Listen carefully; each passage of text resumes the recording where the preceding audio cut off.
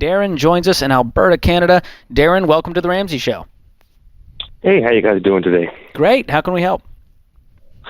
So, I am just starting out as a young family. I have one little kid, 22 years old, and have absolutely zero financial sort of savvy, if you know what I mean. Mm-hmm. I'd never learned how to treat money. I could have saved a ton when I was younger, but didn't. You said you're And 22? now we're stuck living. 22, yes.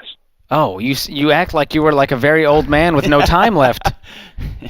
That's what it kind of feels like. Dude, most people wish they learned this stuff. Yet, brother. You're good, man. I know, and that's kind of why I'm trying to turn this all around, because at the moment, how things are going, it looks like I'll be working till I'm 80. Wow. Well, we can change that. I don't want to do that. Why do you feel that way? What's your financial situation? Do you have a lot of debt?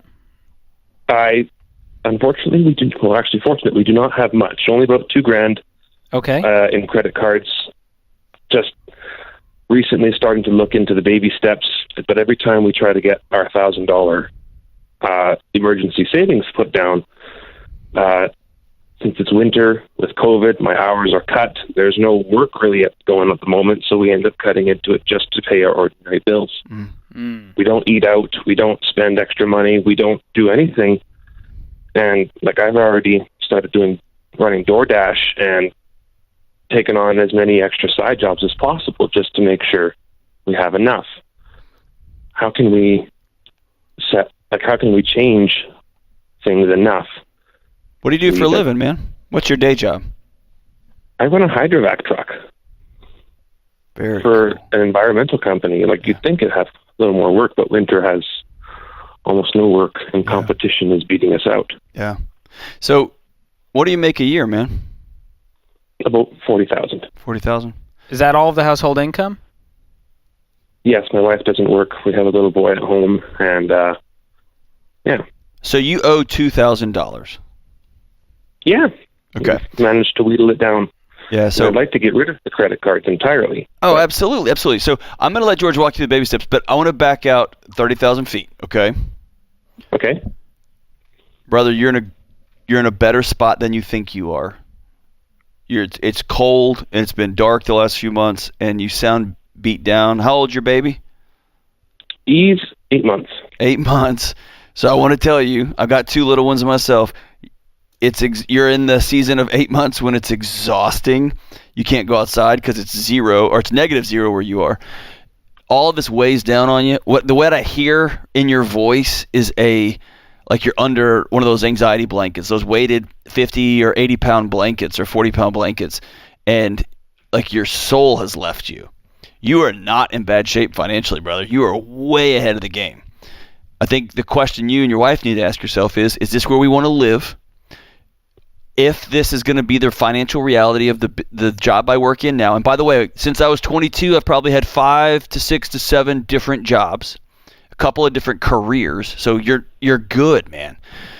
But I want you to look at this with optimism, not with it's all coming down, because you're 22, man. You are just getting started, and you only owe $2,000. The number of calls we get from 22-year-olds who owe $100,000 is astronomical, right? So you're in a good spot. I want you to look at this through joy, not through it's all over. Is that cool? Okay. All right. Good foundation there. So, Darren, it sounds like to me that you don't have a lot of margin in your budget every month. I've actually never even made a budget. Well, today is the day, my friend. I'm gonna hook you up with Ramsey Plus. That's our year-long membership, and it's going to get you connected to every dollar, our budgeting tool. Austin will pick up after our call's over and get you connected with that. I also want you to go through the Financial Peace University videos with your wife. Do this as a family. Start budgeting, and you're going to see where your money's going. Because right now it sounds like you're not really sure why there's no money left at the end of the month. And so I want to know exactly where that's going. We did crunch it all together, and we did figure out exactly how much more we would need to accomplish just the bills. Good. And you may need to pick up some extra side jobs. You may need to supplement that, find something you're good at, and go see if your neighbors need their driveway shoveled. I mean, it can be anything. Get creative. This is not forever. It feels like it is, but this is a short rut. At the moment, I actually even make donuts on the weekend just to cover up that. Fantastic. That's awesome. At some point, you're going to have a hard conversation about, is this the job for you? A job that doesn't offer any work in the winter time, that doesn't sound tenable or sustainable.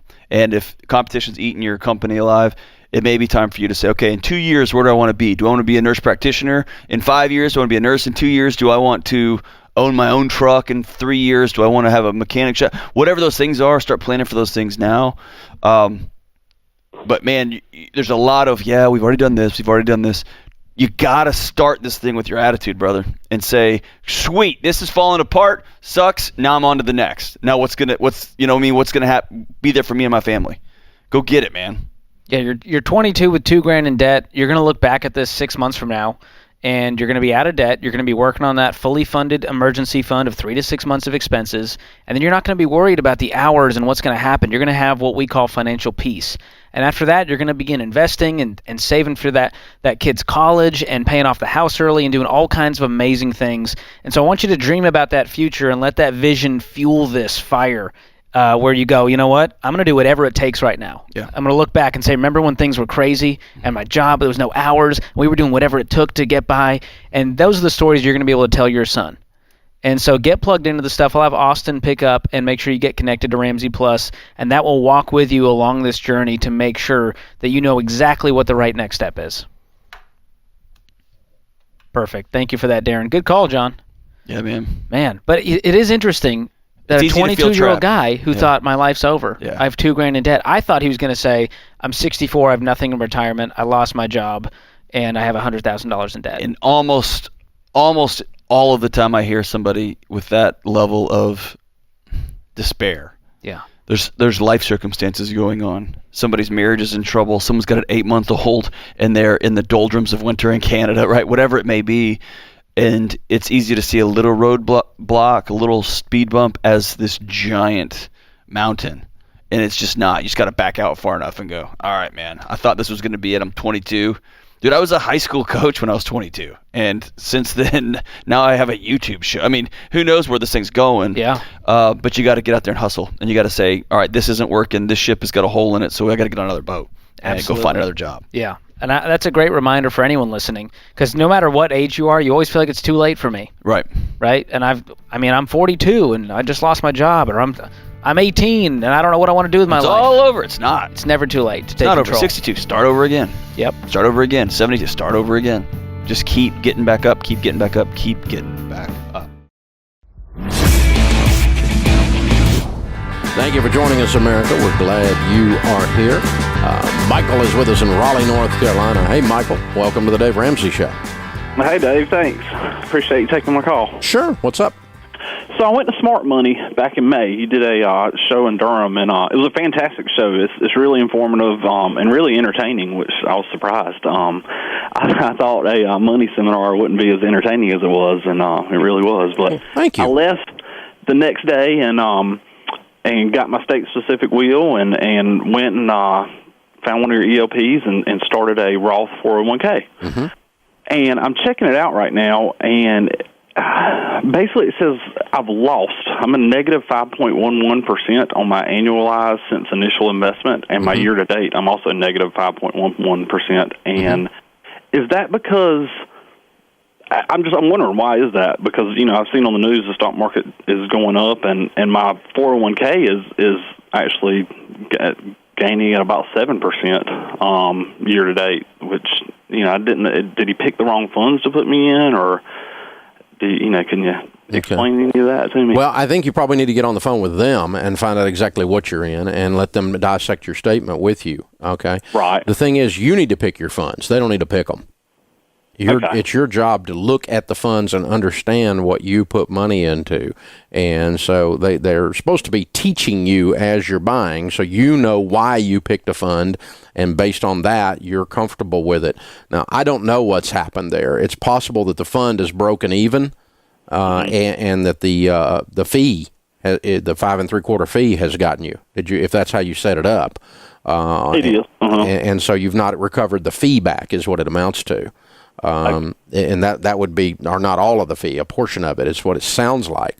And I have not looked at the stock. I mean, I know the market's up post-Trump election. Prior to that, it was down, and I don't know what it is year to date. Right. But you're comparing it to your 401k, which is a fair comparison. And if your 401k's up, and I hate to be so lame, but I do not look at them that closely to where I can even tell you what the market's done for the year overall. Right. I'd have to stop and look that up. But that's something you could do. You could look and say, okay, what's the Standard & Poor done, the Standard & Poor 500 done for the year? And you can Google that when you get off there with me right now, and you'll know. And you go, okay, it's up 6%, or it's up 2%, or whatever it is. And then you can call a SmartVestor guy and go, okay, dude, why is mine down 5? Walk me through this, because this doesn't feel right. And, okay, it didn't feel right to me. I wanted to ask you before I called him. Yeah, no, I mean, the thing is, I'm not positive what's happened in your particular case, right. But I'm with you. Find out and take this as a learning opportunity to go, okay, so that the next time the question comes up, you can answer it for yourself. Right. Because you've done but you did one good thing automatically, and that was go back and compare it to your 401k, compare it to an S&P 500 on Google, and call him and walk through the statement and go, okay, did we pick a bad fund here? But I don't ever want you investing in something because I said to or because someone else said to. I want you to understand what you're putting money into, to where you have a comfort level where when these questions come up, you don't second guess the choice. It sounds like, though, that there's a reason to look at this. Definitely a reason. So I'll try to look that up. Now you got me curious as to what's going on. So market's up 9.41 from the beginning of the year. The S&P is, and he's down 5. See, that's not good. That's not good. That fund may be weak. It's possible you did get into a weak fund then. So they looked up the rate of return, Michael, while we were talking in the booth. And if the market's up almost 10 for the year, and you're down 5 for the year, that's not explainable by the fees, unless you got in late in the year. Let's see, when was I in Durham? I don't know where you are.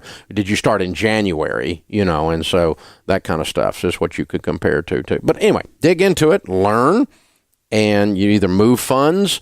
If you're dissatisfied with a SmartVestor guy, move to a different one, SmartVestor Pro. That's fine.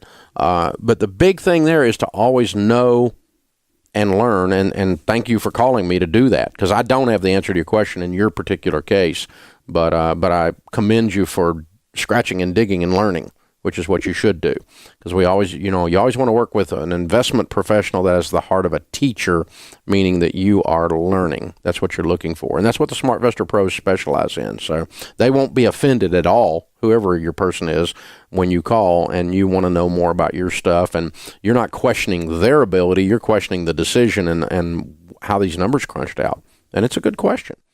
Hey guys, thanks for watching. If you enjoyed this video, click the subscribe button to get the latest content and check out these other great clips from the show.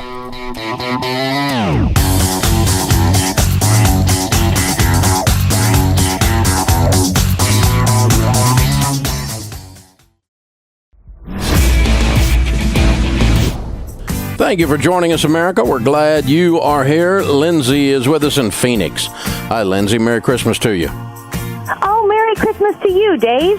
How can I help today? So my husband just completed his orthopedic surgery residency in July. Wow. We were fortunate enough to graduate with minimal debt because the United States Air Force paid for him to go through school. Wonderful. Which is a blessing. Wonderful. So right now, he is an orthopedic surgeon for the Air Force, but he has the opportunity to moonlight evenings and weekends. Mm-hmm. And one of the things that we're finding out is contract negotiation is overwhelming.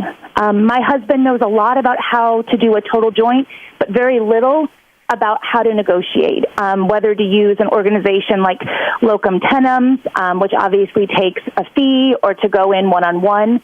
And we were just wondering if you had any tips or big red flags to look out for as you're entering into a negotiation.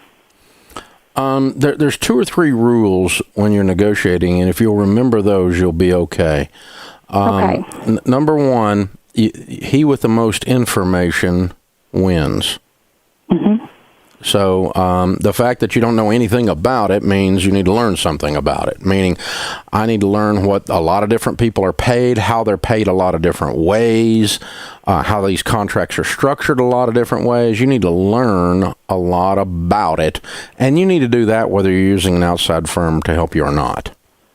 Mm-hmm. You can't hand that off. You're responsible for your life, and so you're going to have to know. You wouldn't want to go to work for somebody making $100,000 when everybody else is paying $200,000 because you didn't know what was going on. You know, and that's just knowledge. Yeah. Just knowledge. Knowledge is number one. Information is number one. Number two, he with the most patience wins. I'm not in a hurry. I'm not in a hurry. I'm not desperate. I'm not in a hurry. We're going to get this right. And there's an old story of when America pulled out of Vietnam, and we were, prior to pulling out of Vietnam, we were negotiating with the North Vietnamese. And when we went to Europe to do the negotiating, the American negotiating team rented a hotel, and the North Vietnamese team bought 3 condominiums. And look who won the negotiation. I think we can settle that. So, you need to have a long-term game plan. It's not, you don't want to drag your feet, but you're just not in a hurry. And then the third thing is options. He with the most options always wins a negotiation. If you only have 2 suitors and both of them are ugly, you're getting ready to get married to an ugly person. You don't have enough options, right? So you need more than 2 suitors. And so you can be amazed the number of times if you listen to this radio show, people call me up with 2 possible things they can do in their situation, and both of them suck. Mm-hmm. And that's the only 2 options they've got. Anytime you're making any kind of decisions, including negotiations, he with the most options has power. So have more options, meaning, and that they kind of all work together. See, the more options you have, the more patience you'll have. The more patience you have, the more knowledge you'll have. The more knowledge you have, it gives you options, right? And so, they kind of all 3 work together. They're somewhat overlapping concentric circles or a Venn diagram type circles. But the sweet spot is in the middle of the overlap of those 3. When you have patience, options, and knowledge, you're going to win the negotiation because it just gives you confidence. I mean, when you got options, you've got walkaway power. And you got to have walkaway power in any negotiation. But when you feel like you're trapped and you can't walk away, your body language changes, your vocal cords tighten up, your voice goes up an octave, your pulse rate changes, your eyes dilate. All the signs are there. You ever been negotiating to sell somebody something and you can tell they already bought it? Oh, yeah. Yeah, that's what happened. They lost the negotiation because they lost their walkaway power because they thought it was the only car on the planet. It's the only house on the planet. If I don't get this house, I'm going to die. Oh, yeah, right. There's only one house. Right. Give me a break. I've driven past 10 of them on the way down here. I mean, really, it's, so there's always another house. So you got to have options, and that gives you walkaway power, which gives you patience and the ability to learn and take your time. And so if you do a deal, without all of those things, make sure it's a really short deal, like a 3-month trial. Meanwhile, you really dig in and learn about all those other things. And so I'm going to learn all the hospitals I could work for, all the doctors I could work for, all the scenarios I could work for them, all the different pay scales. Is it a per operation? Is it a per hour? Is it a when I'm on call? What's the total look like? How's the contract structured? What kind of options do they want forward going on the contract? I'm going to learn about the business structure of this. And the good news is there's not that much to it. It's just like taking a job. Which job is better, right? If you only got 2 possible jobs to pick, you're going to get an ugly job most of the time. But if you've narrowed it down from 10 to the 2 best ones, now you're getting ready to pick the best thing out there. And that's how I look for it. And by the way, it doesn't have to be a win-lose negotiation. Negotiations that are done properly usually are win-win. And so I've got a car I want to sell. You want to buy a car. If you buy my car, I sold my car, you bought a car. We both won. And so it's win-win. I don't have to destroy you in the negotiation. I don't have to lie to you, cheat you in the negotiation. You need a car. I need to sell a car. I've got a car. You don't have a car. This is a marriage made in heaven. It's a win-win negotiation, but people oftentimes look at negotiations as a win-lose. If I win, you have to lose. If you lose is the only way I can win, and that's a very immature view of negotiating, and then you view negotiating as conflict, and it's not conflict. It's they need a doctor. Your husband's a doctor. They need somebody to come over there and help those people that are hurting. And your husband has the ability to do that. Your husband needs some money. They got some money. They're going to give him some of their money to help those people who need help. I think this is a triple win. The customer is going to get help. They're going to get a good guy who served his country in the Air Force, come over there and help him, and went to med school doing that. I love this guy already, and I just think it's a wonderful situation. So it doesn't have to be lose-lose. If you need to get out of debt, I can sell you a $10 book. I made $10, and you get to change your whole life. I think that's a win-win. Oh, and by the way, when you get out of debt, you're going to be more generous to other people and help your church and help the community. And you're going to be a better husband, a better wife when you're not stressed out. I think everybody's winning here. And all of that for $10. So I have no qualms about selling you a $10 book because it's a really good deal for you. It's a really good deal for me because I've sold 15 million of them. So it's worked out for me, So, but we help 15 million people in the process. That's a win-win thing. See, that's the way capitalism's supposed to be. And if you view it that way, then you don't get all tensed up and try to quote make the sale, and you're not in some kind of confrontational, street fighter negotiation mentality. Where you get like that, where you get upset in a negotiation, is when you feel trapped, and that's when you don't have options, patience, and information. By the way, the best win-win deals come from the people who, when both sides of the table have really good information. If everybody's got lots of information, you will naturally craft a deal that causes everybody to get stuff out of the deal that's positive, instead of one wins and one loses. By definition, one doesn't have to win and one lose, because there's more to it than the simple financial transaction. There's a lot more to it than that. That's just part of the negotiation, part of the equation. There's more to it when I sell you a book than a transaction of $10 for my book. There's a whole lot more to it than that. If that's all it was, that I'm $10 richer and you're $10 poorer, I won. And you got a book. If that's all it was, but that's not all it is. There's more to it than that. It's the information in the book that's valuable, not the book. It's the information in the Financial Peace University course that's valuable, not the course. Going to a course doesn't mean anything. Did you change your life? I used to tell people all the time back in the day, we used to charge $569 to go through Financial Peace University. Now it's $129 and shipping's free, right? It's unbelievable how far it's come down. And I used to tell them, if you went through this course with no books, no envelope system, no nothing, with a yellow pad, the information is worth $10,000. You should pay me that. But I'm not going to charge you that. It's only $569. Now it's only $129 and shipping's free. This is the Dave Ramsey Show.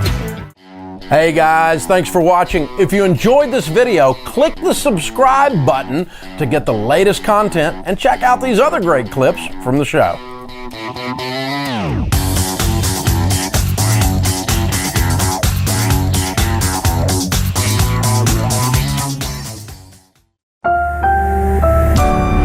Brought to you by the EveryDollar app. Start budgeting for free today. Alex is up in San Antonio, Texas. Alex, how can we help?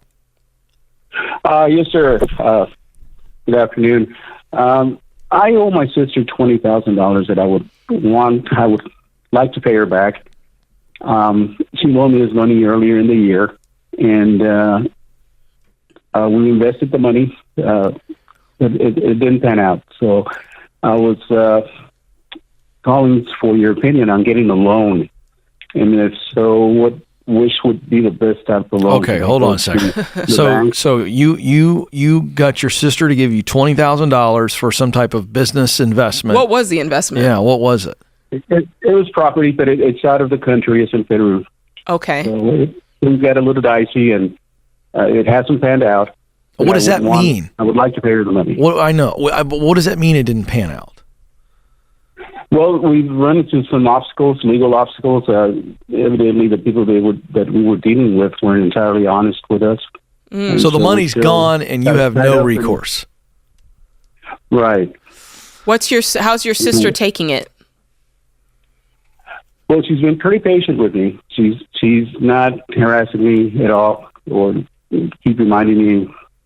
When were you in any way? When were you supposed to pay her back? Like, tell me the initial plan, because I'm trying to gauge what your timeline is here.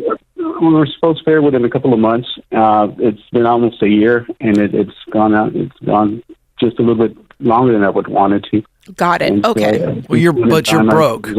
You're broke, and you're thinking now, I got to get this monkey off my back with my sister, so I'm going to go get a loan, and I'm then going to just pay the bank back. And I just think that's ridiculous. I'd rather you be spending all of your time and effort just paying your sister back. You don't need to go to a bank or a credit union or some private loan shark type situation where they're going to charge you enormous interest rates. Just start paying her back. Could you pay her $1,000 a month? What would need to be true for you to pay her $1,000 a month or $2,000 a month? Could that happen? Yes, I could pay her $1,000, possibly $2,000 if we really discipline ourselves. Then start doing it. Like, this is your sister, man. She loaned you the money. Man up. Start paying it back. What was that? She's patient enough with me, and I would prefer to just pay her because I see you can't pay her $20,000. So pay her what you can. Because here's what can happen. Here, I want to lay out two sides of this. Unless you tricked her. Right? When you said, hey, sis, let me borrow $20,000. I have this real estate thing that I want to invest in. When you say the word invest, any person knows, okay, there's a chance I could make money, and then there's a chance I can lose money. So I'm guessing she knew going in there was a chance that you would lose this money. And if that was the case, she wouldn't get her return back as quick, or she wouldn't at least get the money that she invested back as quickly. So go ahead. So there is part of that. There is part of that that's true. You both agreed on this thing. I think it was a terrible agreement, but you both agreed to it. So there is part of that where it's like, okay, like you said you were investing in this. It didn't pan out, so it's going to take a minute to get the money back. I'm afraid of you getting a loan because I think if you get a loan, it's going to cause you to move slower on this than you need to, because as Ken said, the monkey's off your back. Now you can just be willy-nilly with it. When it's your sister, you're going to, move... I don't know if I can say you can move hell and earth to get this money, right? And so I want that kind of intensity for you to pay her back, because you don't like this. And I like that you don't like it, because that's what's going to make you move. And you need to move, my brother. And let me tell you something. If you go get a loan, that interest payment is going to be more punishment for something that you already did that was dumb. Don't multiply dumb. Learn from the stupid mistakes. We've all done them. Move forward. Start paying her what you can each month. You'll get through this. Create your free every dollar budget today, the simplest way to budget for your life. Brought to you by the Every Dollar app. Start budgeting for free today. Dave and John, so I got two questions. One, I like to know if you think I can go part-time for my job. And number two, it's kind of a psychological question for JD. I can't ever approve of any of my family members spending extra money, even though I make a really good salary. So, like, for example... Hold on. Before we get going, I'm going to cut you off. We're going to get our language right, okay? Okay. You can. You've chosen not to, okay? So you choose not to let your family spend anything, even though you got a great salary. Go ahead. Keep going. Gotcha. Keep going. That makes sense. Keep going. So, yeah, the example is, like, if we go out to dinner and the kids want an extra drink, I'll say yes, but inside of me, I'm like, man, that extra $3 we could have saved. Did you grow up without any?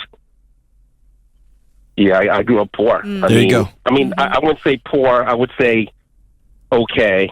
I mean, I saw my parents bring us up from a one-bedroom apartment, and then made their money, and they saved and saved. I mean, they didn't know the definition Mark, give yourself some grace.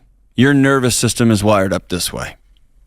Money's a scary thing that divides families, causes mom and dad to act scary, that bounces around from one-bedroom apartments to a house to this and that. That's in your nervous system. The challenge for you is to recognize, hey, we used to not be safe, and now we are. So that doesn't mean my kids get everything. That's been my approach, because I grew up in a scary financial situation growing up, and my challenge has been my kids. They can have everything they want whenever.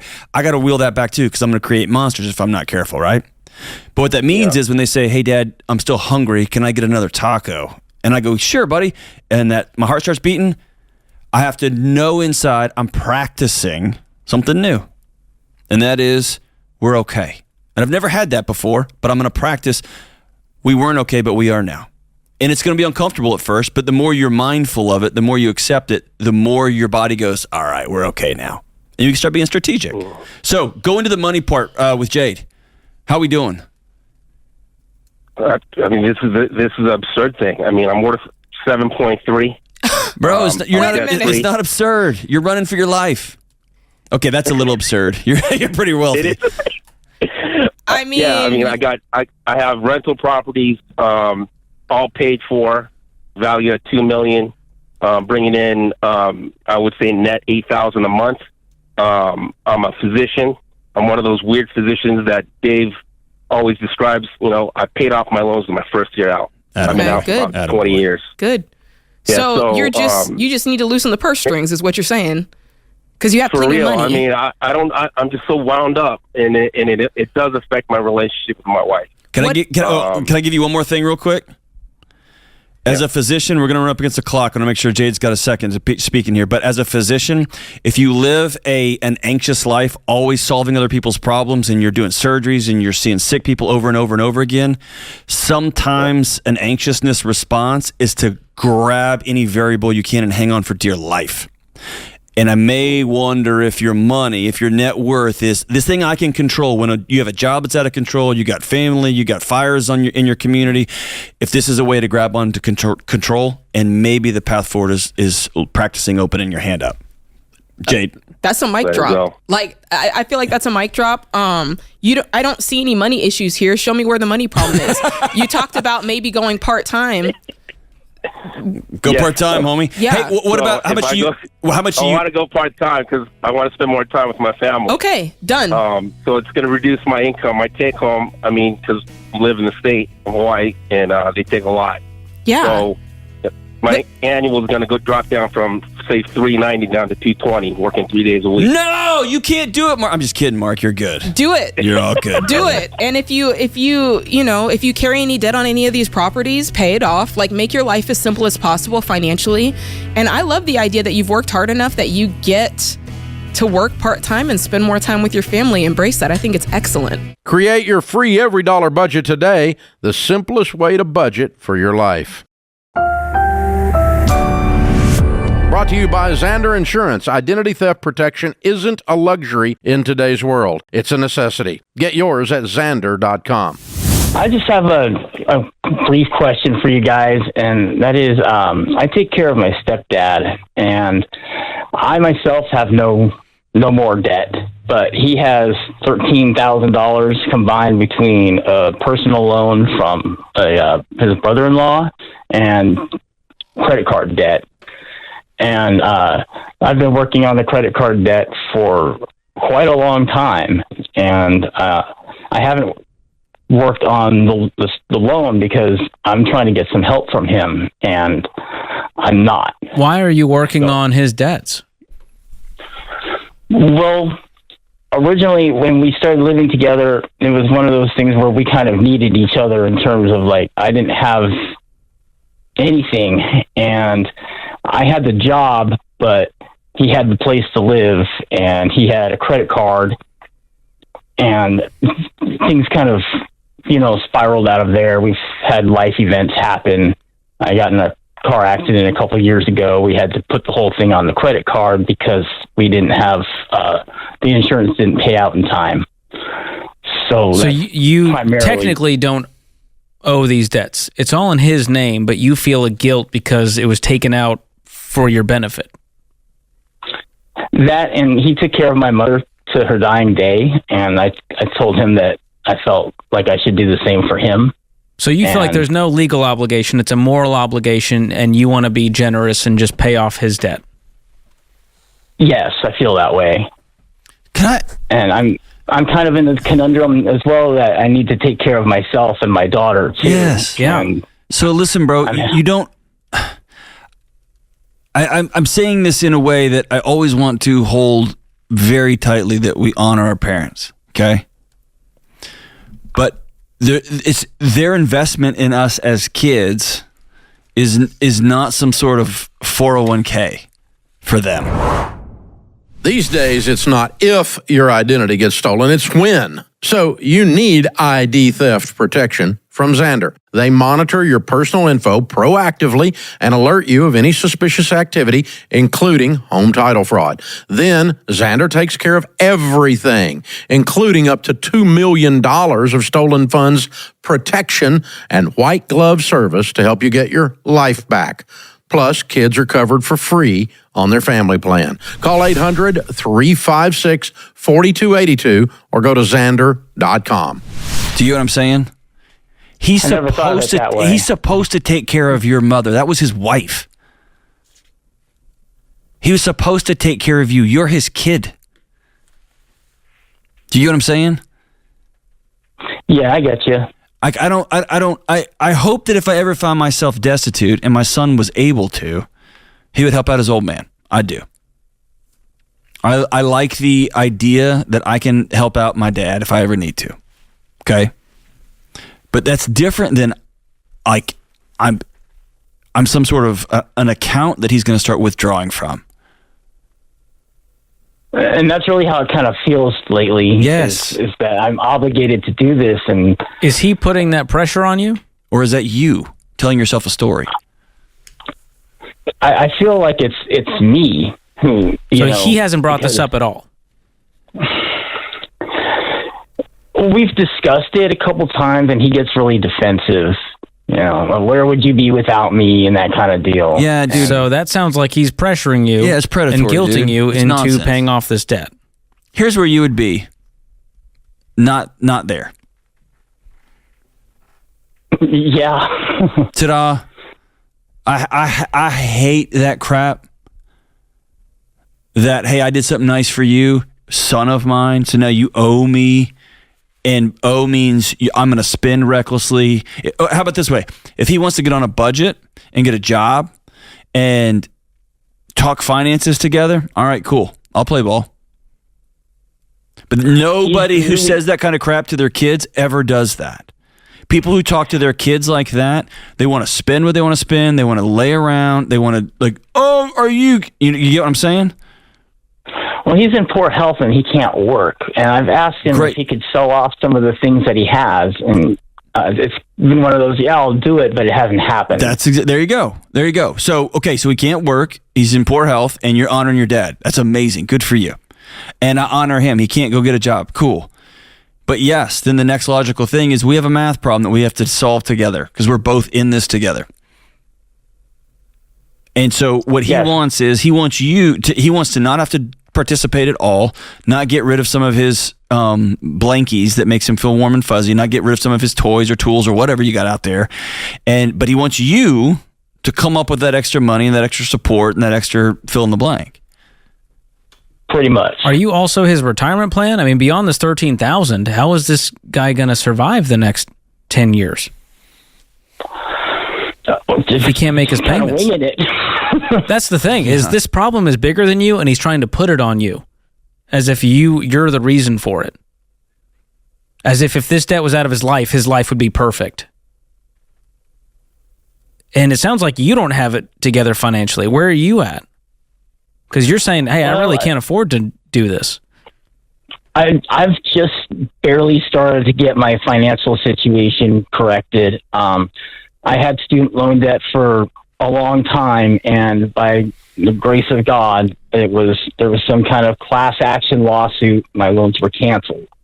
I got what's left? Easy. I opened up a credit card last year, and I paid it off before the interest charges hit. So I have no credit card debt. Do you have any debt whatsoever? No. Do you have any savings? Yeah, I completed baby step 1 with my $1,000 emergency fund, and like I kind of feel like I'm in a holding pattern on those step 2 because of the debt situation with my stepdad, as we just discussed. But I'm beginning baby step 3 and trying to build up the big emergency fund. Are you living with him? Yeah, we have a two-bedroom house. I sleep in the garage because he's got a bedroom and my daughter has a bedroom. and that's kind of taken a toll on our relationship. Is it a finished garage, or are you just straight up sleeping in a garage? It's a garage with like a little room in it. So I don't know what it was utilized for before we moved in here. It's a rental. What's your long-term plan? Do you make enough to move out on your own for you and your kid? I make $50,000 a year, and in California that doesn't go real far, but I've done the math, and I do believe next year I'll be able to move out on my own, and that's what I'd like to do is move out with my kid. And, how's he going to handle that? It doesn't matter. It doesn't matter how he's going to handle it. At some point, you're going to have to cut that tie because he's going to drown. He's going to drag you underwater. Have you been paying him rent? I'm paying 2/3 of the rent. That sounds like a lot for a guy sleeping in a garage. I agree. That's what I'm saying. He's going to have to understand that he's got to figure his finances out because you're not going to be there long term. And here's the deal. There's not an easy way to have this conversation, brother. It's going to have to be a direct, probably in writing. As of this date, I'm going to move out. And if that $13,000 on that credit card is because you were struggling with an addiction, or you were homeless, or you went crazy spending it, then I'm going to tell you I think you should pay it back. If that $13,000 on that credit card is just your stepdad just kind of out in the wind spending money, then that's not your obligation to pay for. And no amount of guilt tripping is going to make that bill yours. Only you know what that bill is. Yeah, I look at it a couple times a month. Yeah, I imagine you do. And maybe you're able to say, all right, you know what, I'm gonna work an extra job. I'm gonna pay this stupid bill off, and then I'm gonna move out.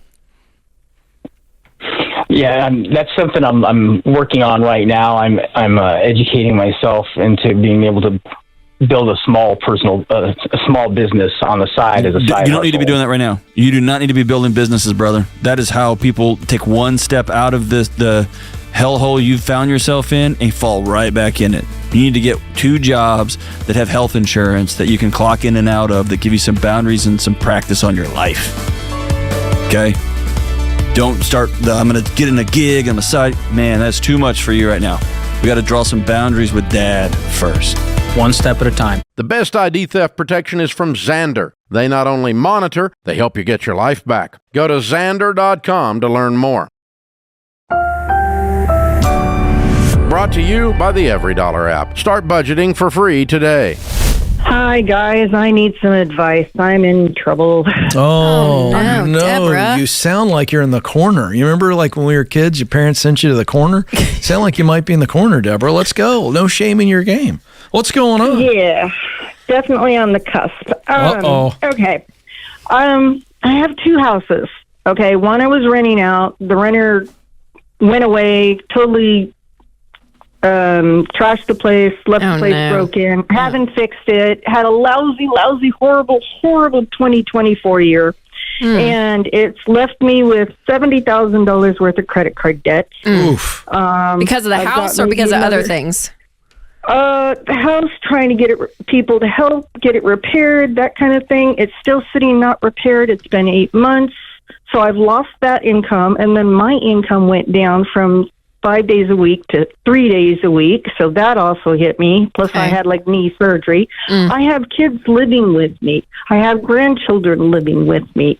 And honestly, the money I have now, I can't make the bills every month. And so I've been putting my utilities on the credit card and that kind of thing. And this is over a year and it's all added up. And here I am. All right. This house. Let's talk about this house, Deborah.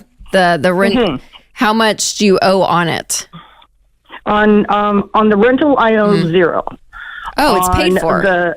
It's paid for. I inherited from my father. Oh, wow. Okay. I figured when I'm 65, I'd move there and retire, and there you go, have no mortgage. Meanwhile, my other little home, which is condo, I owe about $114,000 on. Okay. And that's the one I'm currently living in. Okay. How much is the house that your dad left you? How much is that worth? Oh, probably about $650,000. Okay. How much is the condo worth? Probably about 400,000. Okay. And where do you want to be long term? The condo or the home? Well, in the home, because condo's upstairs, kind of thing. Okay. You know? Yeah, for sure. I like where I live, but like I said, I've got grown children living with me. We're talking 30s. Why are they living with you? Hey, sorry for the interruption. This is important. No one likes to think about dying, but one day your family will have to deal with everything you leave behind. So the question is, will it be easy or a total nightmare? That's where Knockbox comes in. Knockbox is a kit with 15 categories and clear instructions that give your family an organized plan, so they're not sifting through old paperwork and guessing passwords and dealing with lawyers. So leave your family memories instead of a mess. Grab your Knockbox kit today at knockbox.com/Ramsey for the best discount available. That's knockbox.com/Ramsey. Why are they living with you? Because they got no place else to live. One injured his back. He's got like a 10 vertebrae fusion. He's looking to get on SSI. He hasn't worked in a couple of years. And then the other one, he's got 3 kids, 12-year-old, a 10-year-old, and a 7-year-old. And believe me, we don't have room. You know, I've got people sleeping on the couch, you know. But I've been paying all the bills. And I've asked for help. They don't help. One of them can't. He just doesn't even have a job anymore. The one that does work construction, he does have income, but he doesn't contribute. And he doesn't want to help do the repairs. That was part of the thing. Is he was supposed to repair the one house, the rental house, and he's been, I guess he's been giving me a bunch of baloney for months on end here. And these are sons? These are my sons, my blood sons. Yeah. Yeah, it's heartbreaking. I mean, it's a mess. The boundaries here are completely intertwined, and it's not working for you, Deborah. And so you're not able to help people when you're drowning. You're putting your utilities on credit cards. You can't afford this life anymore. So so they need to leave. I mean, there has to be a conversation of, I can't support you, nor should I. They are grown adults. And you need to give them a runway, Deborah, 30, 60 days. And because you can't afford it. Like, you guys, you can't afford this situation. And so, so what I would do, would you want to be in the house? I mean, I would sell the condo, go move in the debt-free house. You know, you have 100%. And then you have $275,000, pay off the credit cards. You have $200,000. And now you get to live your life. Like, this is an immediate turnaround, Deborah, and it makes the most sense. Yeah, that would be the rest of my income for the rest of my life. I am 62 right now. What do you have in retirement? Yeah, about $6,000. Okay, so you're going to have to up your income. You are going to have to work longer, but you'll have that $200,000. And that's not going to be enough probably for retirement long term. So you are going to have to be working some more. But this will fix a lot of this mess right now. Yeah. That's what I'm trying to figure out. Yeah, so I'm literally having to borrow money even to pay the minimums right now. Yeah. And that's from other people. Yep. Well, there's nothing to figure out. I mean, I want you to understand that you have one clear option here, and it's the option we just gave you. And this is going to get you out of this desperate situation, this wacky situation, quite frankly. It's not desperate, it's just wacky. And set you up for the future. Now, you're right, but you at least got a $200,000 head start, and you're going to have to work, and you're going to sock away as much money as possible. We'd love to see you get a SmartVestor Pro if you do not have one. And let's map out what do we need to do over the next 5 to 7 to 8 to maybe 10 years to make sure that you have more margin as you age. But at least you got a paid for a home that is also a tremendous asset for you as well. Yeah, no, it's a blessing, and I know it is. But, and what about my grandkids, though? What about them? I don't want to make my grandkids homeless. It's not your problem. I know that sounds heartless. It shouldn't, but I feel like it does. But that's not your problem. Those are grown men. They need to step up and take care of business. No, I agree on that. And I don't feel like I'm doing them any favors because I take care of too much. And I've tried to back off of that, too, because I do but that's too the much. answer to your question. They don't care. But you just answered your own question, by the way, more effectively than I did. Your little speech you just gave is the speech you need to remind yourself when you say, what about my grandkids? I don't want to be this big, mean grandmother that kicks them out on the street. That's not what you're doing, number one. But number two, you need to remind yourself of that speech you just gave. It was a great speech. I'm trying. And the dad of the 3 kids has a job, correct? Well, he does construction, so he works here and there. That kind of thing. So Deborah, you've said, I mean, work whenever he wants. Okay, yeah, he can work whenever he wants. And this isn't, I'm being a little harsh on you, Deborah, because you've allowed it, right? Yeah. He's living the best life. Yeah. Everything's paid for. He works when he can. He doesn't pay bills. He does nothing. This guy's literally the character in Wedding Crashers. Ma, meatloaf. I mean, he yells and you come running, you know? Might as well give him a little silver bell. On the big things. And the thing is, he actually made more than I did last year. And he still can't help me with the utilities or nothing like that. And I'm begging him. Well, begging him. You know what? Well, that's... He's a... Yeah, that's where that's a boundary, Deborah, you have to set for yourself. You've asked, you can't control what he's doing, and so now you have to control what Deborah can control. And you have to set yourself up in the next, what Ken just said, the next 8 years to allow you to win. Because at the end of the day, they're not helping you, right? It's not like you're falling back on them. So he can't help you with utilities. You can't help him anymore, period. He's a grown man. I'm telling you, I wish I could have a chat with this guy. I really do. This is embarrassing. He ought to be embarrassed how he's treating his mother. Now, I understand I'm talking about your baby. I get that. But you called and you're looking for advice and your heart is literally getting you in trouble. I know it. And like I said, I depended on him to help me, with the repairs on the rental house. And, so, Deborah, we're shooting ourselves in the foot. We've discussed this already. So tonight, Deborah, got it. You need to sit them down and you need to let them know, hey, in the next 60 days, I'm putting the condo up for sale. I can't afford this anymore. And I'm going to have to make some hard calls because I have nothing in retirement. And I'm going to have to do what's best for me in this situation. And so that is selling the condo, moving to the home, doing some repairs in between. It's not going to probably be perfect when you move in, but at least you don't have a mortgage payment or a rent payment. So, gosh, Deborah, I'm sorry, but that's what I would do. Cut up the credit cards. Don't keep going down that mess. That's getting you more and more. And when you don't have the temptation of the credit card, then your feet are to the fire, and that's really going to force you to make some hard decisions, which is good. You need some of that. You ought not to treat your mama that way. Create your free every dollar budget today, the simplest way to budget for your life. Going into the break, we were talking with Larry, and Larry's going through a divorce, sadly. He and his soon-to-be ex maxed out all his credit cards, which he was supposed to be using for work expenses and being reimbursed there. He can no longer use them for that because they're maxed out, so he can't travel. His work won't help him, and they tell him he's going to have to take time off without pay until he fixes this, and he's got $300 in his account to his name. Is that a fair summary of what you told me so far, sir? Yes, sir. Okay. What do you make at this job? Yearly, right at $93,000. What do you do? I'm a field service engineer. Service engineer. Mm-hmm. You're an engineer by trade? Yes, I work on other people, industrial equipment of all sizes and shapes. Okay. But you have an engineering degree? Yes. Okay. All right. The first thing that comes to mind is that your time with this company sounds like it's done. That's the first thing that comes to mind for multiple reasons. Being on the road hasn't worked well for you. Paying their expenses for them, you being their bank, isn't working well for you. And as an engineer, you can probably make 90 somewhere else.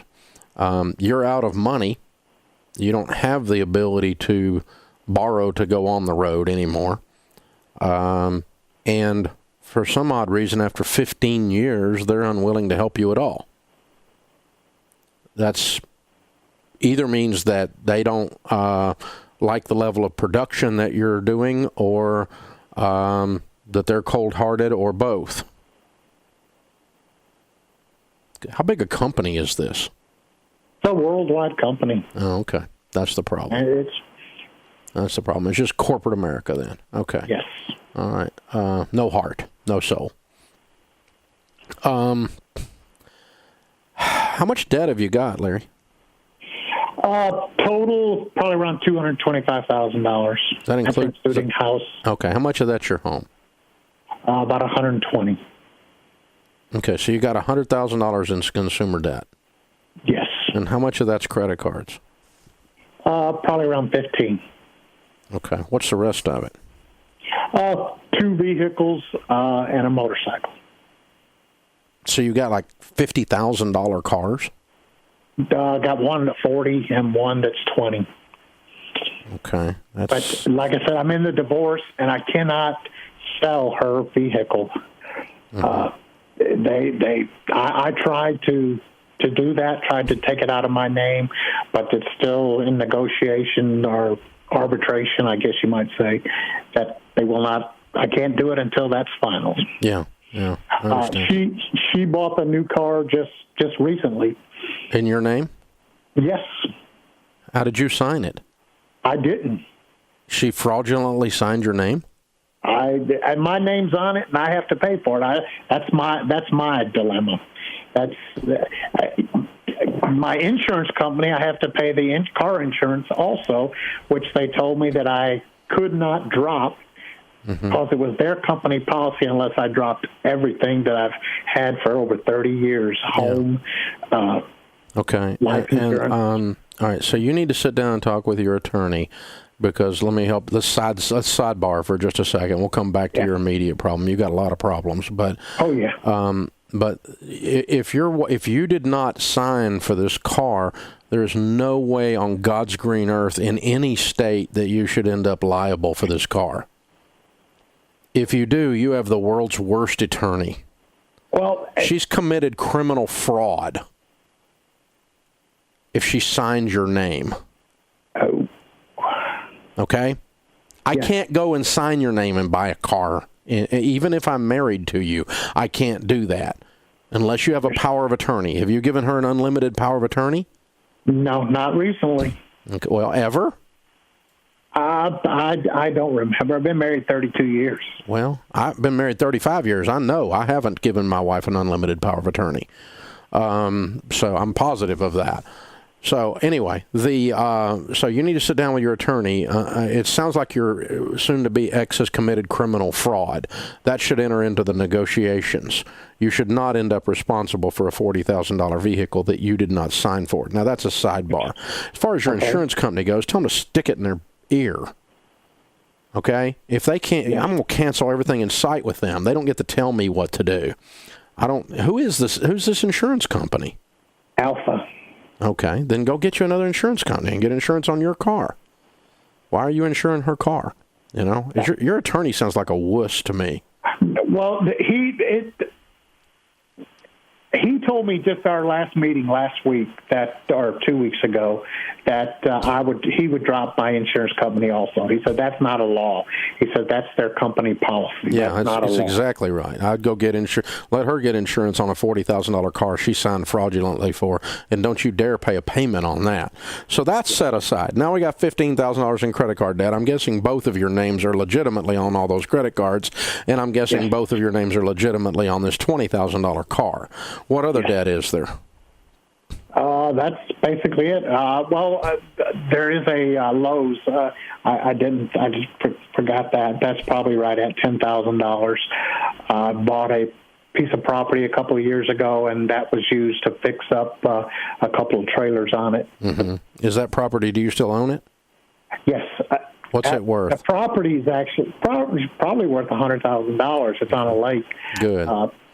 That's going to be sold to clean this mess up then.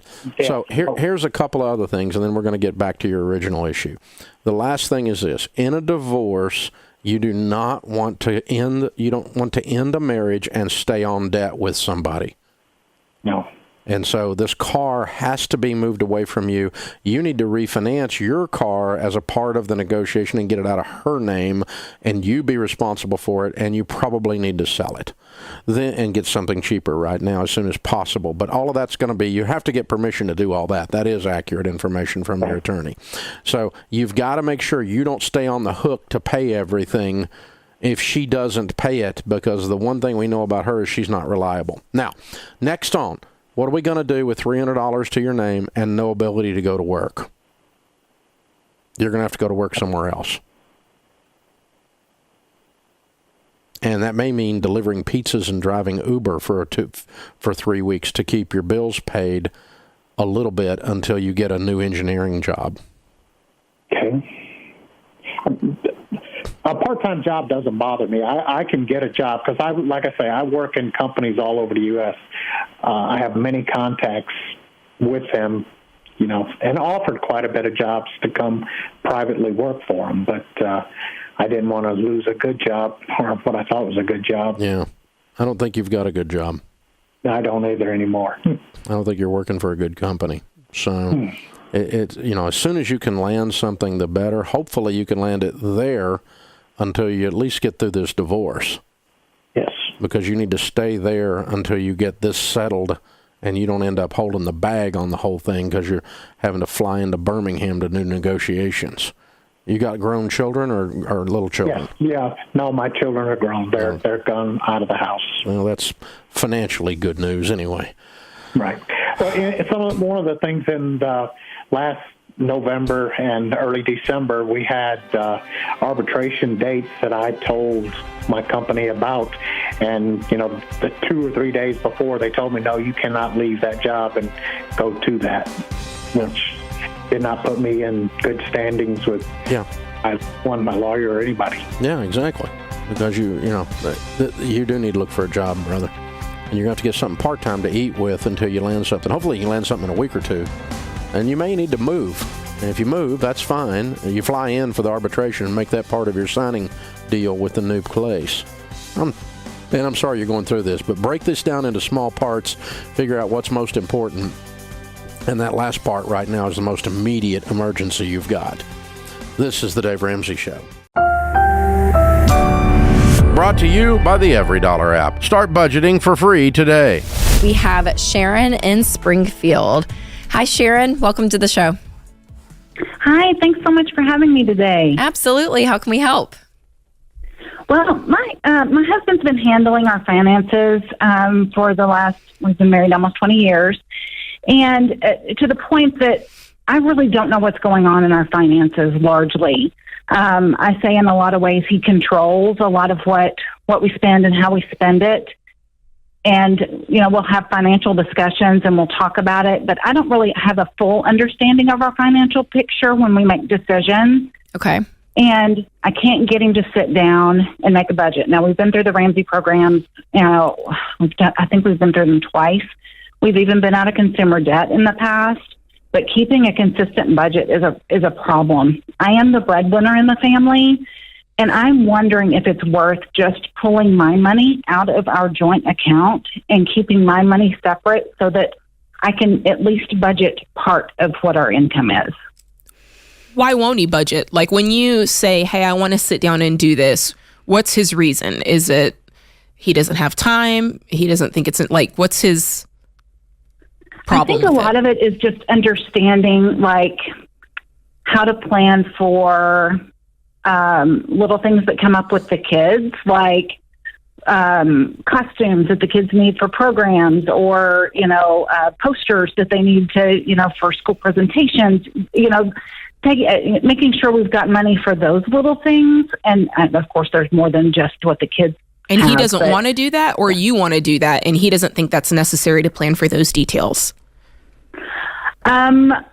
He's hesitant about the zero, getting all of the money and giving it a name. Okay. I hear that a lot. Take all the money, give all the money a name, and that zero budget. But it doesn't mean $0 really in the account. Maybe that's what's making him nervous. I'm sorry, say that again? So zero-based budget doesn't mean $0 in the account, and that might be really clear. like really important to make clear to him. Zero-based budget simply means... we've talked about that. Okay, so he knows that. So part. at the beginning of this call, Sharon, you mentioned that he's more the one that's controlling all the finances. What does that mean? Does that mean, do you have a debit card to your account that you share with him and you go and buy the costumes for the kids? Or how is the money flow happening right now? I do have a debit card. I spend very little of the money out of the account without at least clearing it with him first because I'm so blind to what's there. Why? Why do you feel the need to ask his permission? Because we don't have a budget, so I don't know what money is there and how to use it. Okay, let's get down to it because our screen says my husband has been withholding finances from me for our entire marriage. And that sounds different than what you're saying. So help us understand. Well, yeah, he does withhold all of the information about the account. Yes. So you don't want to. You ask permission to spend because you have no idea what money's in there. So it's just you don't want to blindly spend with the debit card. Can you not log into the? Do you have the login information, Sharon? I don't currently have the login information. Have you asked it for him? And what does he say? I have asked him for it, and I have tried to look at it, not here recently, but I have tried to look at it, and I'm so overwhelmed. Like, I don't even know where to start. So he gave it to you or he didn't give it to you? He didn't. He logged in himself. He logged in himself and let you look over his shoulder. Oh, Sharon, that makes me nervous. Okay. Yeah, I think at this point, I would be okay with you having your own account. Mm-hmm. But hear me say, Sharon, that this, it's going to fix one part of it, that you're going to have money to be able to spend, but it's not going to fix your marriage. This is a temporary solution to really dive into the deeper parts. Because Sharon, what makes me nervous is, and we've seen situations like this, that if you don't know where the money's going, I would be very highly concerned that there's stuff going on that in other parts of your marriage that you have no clue about. Yeah, you don't know what he's hiding. Do you feel that? Yes. Okay. In some ways, yes. Okay. Yes. Okay. Yeah, I would start laying down an ultimatum with him. And again, and for anyone listening right now, this is regardless if Sharon is the breadwinner or not, okay? Right. So her making the money, great. But even if Sharon was a stay-at-home mom, my viewpoint would be the exact same. Because as a married couple, as you guys, you are a team working together, and he has control issues. Mm-hmm. And sometimes, Sharon, and I'm going to just say this, and you can correct me in here, but sometimes it puts you in a dangerous situation with a lot of abusive husbands. They use a level of power and control that you can't even go to the grocery store. And has there been abuse in your marriage in the past 20 years? Physical abuse? No. Okay. Never. Do you feel in danger? Like, do you feel like there's danger in your home? No. I feel like my husband is very insecure, and so he's trying to keep hold of the money so that I can't leave. I know that sounds terrible. No, it doesn't. No, that's the truth. That's very real. That's what's going on. Yeah. Do you guys have kids? We do. We've got 2 kids. How old are they?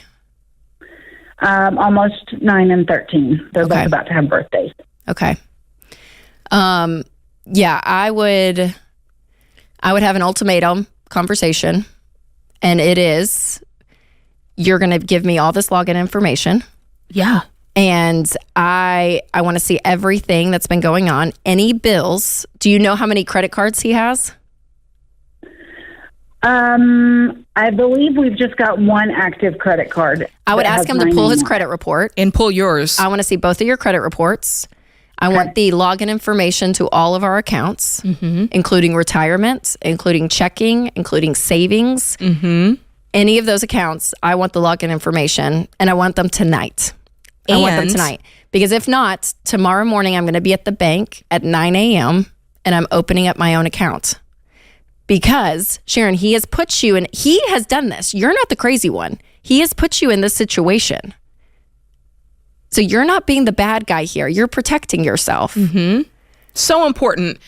And if you ask him, hey, because of the state of our marriage, we're going to go to counseling, what would he say to that? If you said, enough is enough, we need to talk with someone, would he go, or would he fight that? He would tell me we couldn't afford it. Okay. So how much do you make a year, Sharon? How much are you bringing in? I know what my salary is. I make $105. Okay. I don't know what my actual take home would be. He's handled our taxes. What does he bring home? I don't know how that.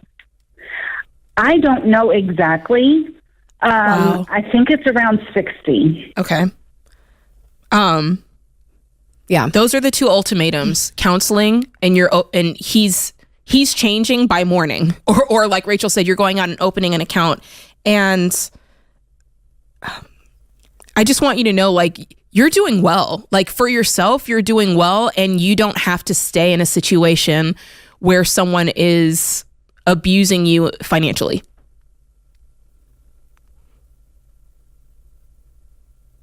And I'm just going to put it at that. That's hard to hear. It's hard to hear. Yeah, I know. Yeah, Sharon, we want, what we see so much is money issues are the symptom of a lot of things going on. And so the issue of you not knowing numbers and not having the accessibility to see what's going on financially in your home is a symptom of having a controlling husband. Mm-hmm. And there's only so much you can do. You can't change him. But what you can do is protect yourself. And if you stay on the line, Christian's going to pick up, and I want to get you with one of our certified counselors. Guys, just spending 7 minutes with you on a radio call, I feel like it doesn't do it justice. Right. I want someone walking with you, Sharon, in this, because this is really important. This is really important. And I pray your marriage is healed in this process. It's going to be a really hard patch, but I pray redemption of that. I really do. I pray that you both come to the other side and are redeemed in this. But if not, I want you to protect yourself. Create your free every dollar budget today, the simplest way to budget for your life. Tony is on the line in Tampa. Question for Ken Coleman today. Hey, Tony, what's up? Hey, Dave. Hey, Ken. How you doing? Good. How are you, sir? Doing good. Just lost my job this morning. I'm 24 years old, going on 25, and I just lost my job, and it was a six-figure income. So, a hard job to find. Wow. What in the world happened, and what were you doing? So I've been in the car business my whole life, kind of just got thrown into it. The whole family, everybody's in the car business for the same company. I was selling lots of cars, first place every single month, and, some of the cars that we're selling, they had, bad Carfax. I'd work with a guy for 5 days straight, and the Carfax would be bad.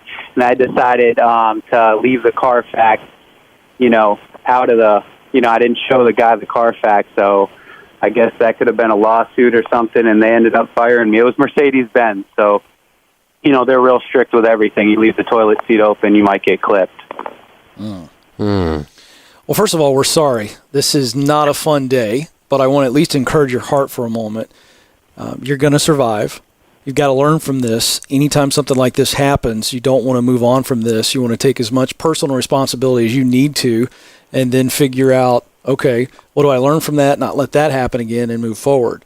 So, six-figure income, we've got to ask on the Dave Ramsey Show, where are you at financially? Where are you at in the baby steps? Do you have any kind of emergency fund?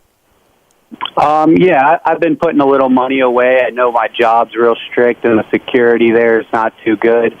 Just by, knowing where the managers are at mentally and that kind of thing, they're just real strict with everything. I've only worked there. Now, I said six-figure income, but I've only worked there. This is my third month there, and my first, second, and this month I'm all in first place with Perfect CSI, which is, your surveys that come back. So my customers love me, but I was thinking with emotion more than I was with my head. So I know that's where I went wrong. Well, Tony, so where are you at? Do you have an emergency fund at all? What is it? How much? Yeah, I have about $15,000 saved up. Do you have any debt? Yes, I do. How much? My bills every month are right around $2,000 a month. Yeah, but how much debt do you need to pay off? If you look at all the money you owe, how much is that? How much debt do I need to pay off? I'm sorry. Yeah. no debt to pay off. I'm renting my apartment, and my car is leased. I know you hate that, Dave, but it is leased. All right, Dave, I'll let you handle the money stuff in a second. Here's what you need to do, Tony. You really need to, I think, ask yourself the question, why did you do what you did, which got you in a situation where there was a clear company policy and you violated it, and they take that stuff serious, and as a result, you're out of a job. So you really need to reflect on that. We don't want to beat up on you, but that's important. Secondly, do you love sales? You're 24. Do you like to sell? Yeah, I love to sell in certain environments. So there's certain places I've sold that I didn't enjoy. The first real job that I did like was Mercedes, the clientele, the money, of course, and the cars. I enjoyed selling the cars. All right, you're 24. What did you go to school for? Did you go to school, and what was it for? What was your major? I started college, and I was just going to get a business management degree because I had no idea what I wanted to do. So it was like just to go to school for something. I ended up stopping school after about 2 years, once it started coming out of my pocket. I just really, didn't care about what they had to say. I was more interested in making money and that kind of thing. So for a couple of years, I was a professional poker player. Okay. Well, Tony, you're all over the place, so I'm going to give you a couple pieces of advice, and this is something you're going to need to do actively. First things first is you've got a little bit of a cushion with that $15,000. You're single. I'd get rid of the lease, obviously. Dave can speak to that. But I want you to sit down with 3 people. You can make it 5 or 7, I don't care, but some people who really know you. They care enough about you to tell you the honest truth. They'll be blatantly, brutally honest with you. And I want you to ask the question of yourself and then let them answer it, which is, what is your greatest talent? What do you do better than anything else? And then what do you care about? If you love selling, but you want to sell something that lines up with your values, it matters to you, then that's where you need to be heading. But before you even make that big decision, you need to get employed. And you need to lick your wounds here and also learn some valuable lessons. Dave? Tony, my son is 25. And this is what I would tell him if I heard this story from him. Number one, you have a tremendous upside. You have a gift with people, and you have the ability to sell. What sometimes comes with that is a BS artist. And you've been BSing, even on the phone here. Toilet seat up is way different than freaking not giving a Carfax report. You should have been fired. You deserved it. Not because you're not a good salesman, but because you completely violated the thing here. I'm a Mercedes customer. Yep. You completely violated that. You would have been fired if you were working for me. And I would have cried because you're such a good salesman when I fired you. And I would have cried for you because I wouldn't want to break your little heart. But, man, you just completely stepped in it. And you cannot allow your gift with people to think that entitles you to cut corners. That's the poker thing, that's cutting corners. That's the going around the Carfax thing, that's cutting corners. Your gift with people doesn't give you the right to cut corners. It demands that you go right through the middle and that integrity become your number one goalpost that you check everything on from this day forward. If you'll take that with your personal gift with people, you're going to make $200,000 a year for the rest of your life. Yep. You're going to be very wealthy. You're going to have a lot of healthy, great customers, because I can tell you this about you. You like selling a quality product. Mercedes is a quality product, and you like dealing with intelligent customers, because most of Mercedes customers are well-heeled. They love that product because it's a quality product. Most of them are very successful themselves. They're easy to sell to for that reason. Again, I'm one of them, but you got to take that other little piece of this and digest that part of it from today and make that your goalpost. So I'm going to be the first one in your corner. Like Ken said, put 3 people in your corner that loves you enough to tell you the truth. You have a tremendous gifting, young man. You can be anything you want to be. You could be the CEO of a major company with your ability to deal with people and your ability to sell. But you will never achieve that if you shortcut. If you think if you think you get to go around the side of something because of your verbal gymnastics. Ken, you and I both have that ability, and so it's talking to both of us. I've done the exact same crap when I was his age. Here's the deal, Dave. This is a roadblock or a stop sign that he created for himself. And it's a gift at 24 to go, wait a second, this is a temptation for anybody who loves to sell. You know this. Any of us that know how to use a word properly and turn a phrase. There's a thrill in getting the deal done. Yep. And it'll cause us to be tempted to cut corners, like you said, Dave, and end up getting ourselves in big trouble. Know why you love to sell and love what you are selling so you're not tempted to cut corners. So if you get this lesson from this firing, you'll look back when you're 34 and when Best you're thing that ever 54, and you'll say, this is the best day of my life. Absolutely right. If you take the lesson away that they were right. They were not petty. Toilet seat up is petty. You tried to match it up with petty. It was not petty. That's right. It was deserved. But you're a good man, and you've got the ability to make big money and do the right thing with this gifting, and you're gonna be somebody, dude. You call me back, and I'll help you, I promise. This is the Dave Ramsey Show. Hey guys, thanks for watching. If you enjoyed this video, click the subscribe button to get the latest content and check out these other great clips from the show.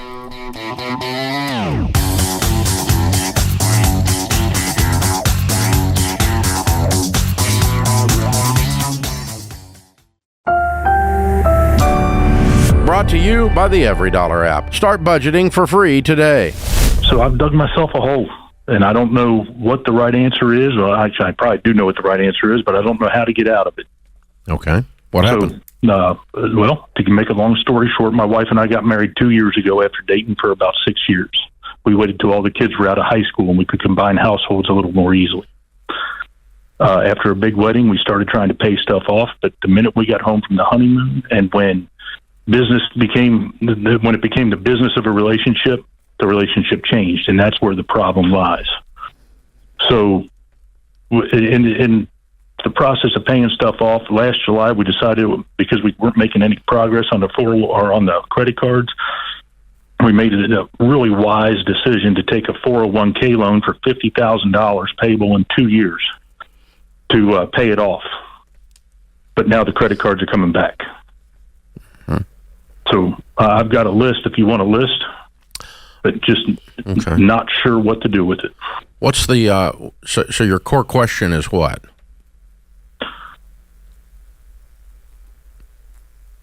How do I fix this and and keep my marriage? Oh, okay. Wow. All right. So you've got a total of how much debt? 120. Okay. And 50 is a 401k now. Right. So 35 left. That's correct. Oh, 35 of the 120. Okay. 35 of that 401k is left. Okay. Yeah, what else? So there's 35 of your 120 is a 401k loan. What is the other 85,000? Okay, so we've got credit card with 11.8, credit card with 7,200, credit card with 19.2, credit card with 2,900, 2 cars at 31.8 and 22.4. My daughter's car at 2,900, which will be paid off very shortly, and a trailer for my losing business at 4,300. Okay. All right. And what's your household income? About 200. Okay. What's the losing business? What's that mean? So to fund an early retirement, I have a woodworking business that I do on the side. It's taking up 6 to 8 hours a night and every weekend. And in the last 2 years, we've lost about $10,000 a year. Okay. So that sounds like an expensive hobby that's taking up a bunch of money and a bunch of time, both. That's kind of an easy decision, isn't it? I need the 8 hours to spend on my marriage. I need the $10,000 to spend on something else rather than a losing business. Close it and sell off the stuff. Why wouldn't you do that? I could. Yeah, you could. You'd have 8 hours to spend on your marriage. You said you're spending 8 hours a night on this? Yeah, I'm normally in my shop until between 9 and 10 o'clock every night. Yeah, that's good for marriage. Yeah. Mm. Okay. And especially since you're not making any money. I mean, if you were making $10,000 a night or something, she'd probably be tolerant. But, okay, so you have a $200,000 income. You have cars coming out your ears, credit cards coming out your ears. Now, the credit cards are growing back. So that tells us that you guys continue to spend more than you make. If the credit cards are growing back, right? Yeah, you took the HELOC out for the credit cards. Tell me what you're spending this money on. Is this just putting food on the table? Is this funding your business? What's going on these credit cards? So three of those cards are funding the business. One of them goes away in a week because I made a big sale. Did you cut them up yet? They're put away. They're not cut up. Okay, there's the problem. No, there's a different problem. I disagree. The two of you have not sat down and said with a written budget that we're going to live on less than $200,000 a year. Why? To be honest, we have, but then something always comes in. So you just didn't stick to it? Pretty much. So an example of something that comes in is what? $4,000 collection item from Verizon from 4 years ago that we didn't know was coming, or a foreclosure for her and her ex-husband on timeshare of all things that paid immediately because his credit doesn't need to be affected.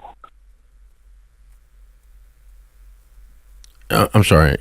I know timeshare is your favorite word. No, I don't understand why his credit matters to you. Well, or to his ex-wife. She was obligated to pay it in the divorce. Oh, okay. All right.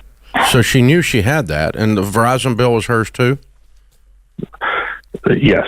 So she knew she had that. Mine. She just didn't know when they were going to drop.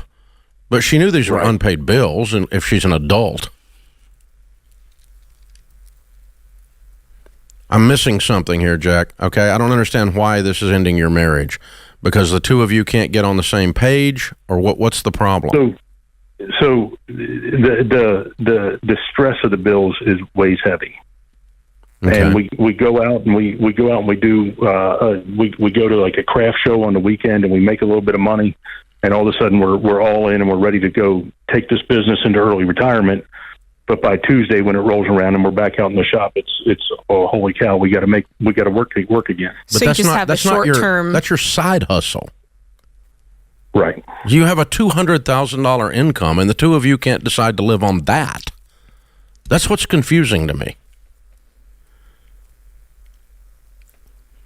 I think that your mindset is. There's some place in your brain where you think you can kind of windfall yourself out of this, whether it's, hey, we'll just take out the HELOC and that'll be our windfall to get out of this, even though it's not. Or, hey, we can go to these craft shows and maybe we can make enough money to get a windfall and get out of this. And I think what Dave is getting at is you guys haven't truly looked at your behavior together as a team. If you set a course and say, we're going to do this, no one else can make you follow that course of action other than the people in the mirror. Yeah. And that's what we're getting at is...